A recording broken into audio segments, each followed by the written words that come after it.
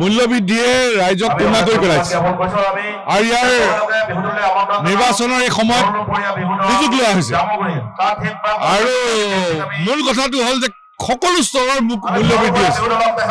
খাদ্যবস্তু অত্যাৱশ্যকীয় সামগ্ৰী সকলোৰে মূল্যবৃদ্ধি হৈছে মানে বজাৰ জ্বলিছে জুই চৰকাৰ আছে শুই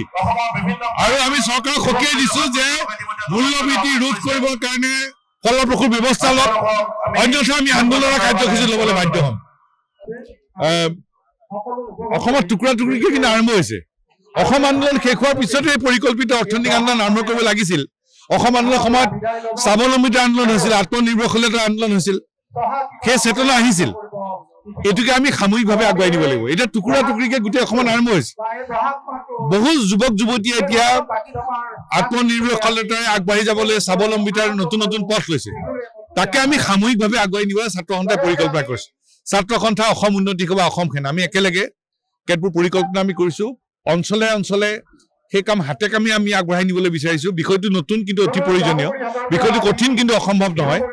আৰু এই বিষয়ত আমি কৃষক ৰাইজ আমাৰ অৰ্থনীতিবিদ আমাৰ জ্যেষ্ঠ নাগৰিক সকলোৰে পৰা আমি এই দিশত অভিভাৱক বিচাৰিছো বহাগে আৰম্ভ কৰা বছৰটোত যাতে সমগ্ৰ অসমত আমি সামূহিকভাৱে অৰ্থনৈতিক সংগ্ৰাম যাতে আগুৱাই নিব পাৰো ৰাইজক আমি অভিভাৱক বিচাৰিছো এইটো সাংস্কৃতিক আন্দোলন গোটেই অসমত ছাত্ৰ সন্থা সকলো গোটেই হয় বিহুৰ কৰ্মশালা পাতিছে নহয় জনগোষ্ঠীয় নৃত্য লোক সংস্কৃতিৰ কৰ্মশালা পাতিছে বিভিন্ন ঠাইত পাতিছে এতিয়া সদৌ দৰংগীয়া ছাত্ৰ সন্থাই জনগোষ্ঠীয় সমাৰোহ পাতিছে গোটেই অসমত এইটো এটা সাংস্কৃতিক আন্দোলন কাৰণ ৰাজনীতিক সমাজ ভাঙে সংস্কৃতিক সমাজ গঢ়ে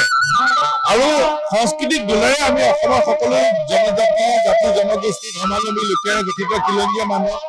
আমি একত্ৰিত কৰি সমাজ জীৱন সমৃদ্ধ কৰি আমি আগুৱাই লাগিব আৰু এই সাংস্কৃতিক সংগ্ৰাম আমি আগুৱাই নিম